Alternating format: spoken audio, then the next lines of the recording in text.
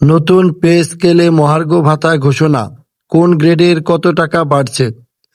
সরকারি চাকরিজীবীদের জন্য বড় অঙ্কের মহার্ঘ ভাতা ঘোষণা করতে যাচ্ছে অন্তর্বর্তী সরকার। ক্রমবর্ধমান মূল্যস্ফীতি ও জীবনযাত্রার ব্যয় বিবেচনায় নিয়ে অর্থ মন্ত্রণালয় এ সংক্রান্ত একটি প্রস্তাব চূড়ান্ত করেছে বলে সংশ্লিষ্ট সূত্রে জানা গেছে।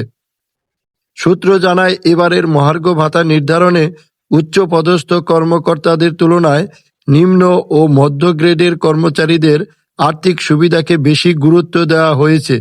প্রস্তাবটি অনুমোদন পেলে কয়েক লাখ সরকারি কর্মকর্তা কর্মচারী সরাসরি উপকৃত হবেন।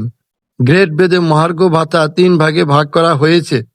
11 থেকে 20তম গ্রেডের কর্মচারীরা তাদের মূল বেতনের 25% মহার্ঘ ভাতা পাবেন। 4র্থ থেকে 10ম গ্রেডের কর্মকর্তাদের জন্য মূল বেতনের 20% মহার্ঘ ভাতার প্রস্তাব করা হয়েছে। আর 1ম থেকে 3য় গ্রেডের কর্মকর্তারা পাবেন মূল বেতনের 10% মহার্ঘ ভাতা। প্রস্তাবনায় বলা হয়েছে, কোনো কর্মচারী মাসে 4,000 টাকার কম মহার্ঘ ভাতা পাবেন না, অর্থাৎ সর্বনিম্ন বৃদ্ধি নিশ্চিতভাবে 4,000 টাকা। অন্যদিকে এই ভাতার সর্বোচ্চ সীমা নির্ধারণ করা হয়েছে 7,800 টাকা। পেনশনভোগীদের বিষয়েও নতুন সিদ্ধান্ত।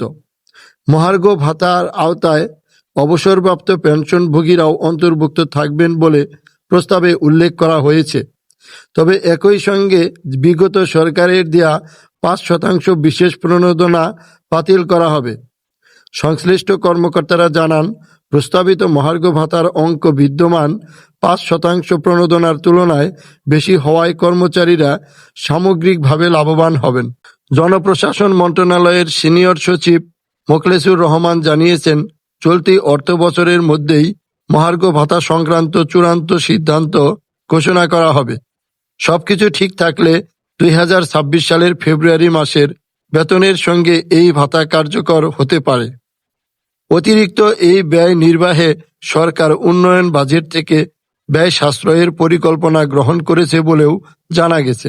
উচ্চ মূল্যস্ফীতি ও জীবনযাত্রার ব্যয়ের চাপে দীর্ঘদিন ধরে আর্থিক সংকটে থাকা সরকারি কর্মকর্তা কর্মচারীদের জন্য সরকারের এই উদ্যোগ বড় স্বস্তি হিসেবে দেখছেন সংশ্লিষ্ট মহল। আমাদের এই ধরনের খবর প্রতিদিনই পেতে আপনারা আমাদের চ্যানেলটি সাবস্ক্রাইব করে দিন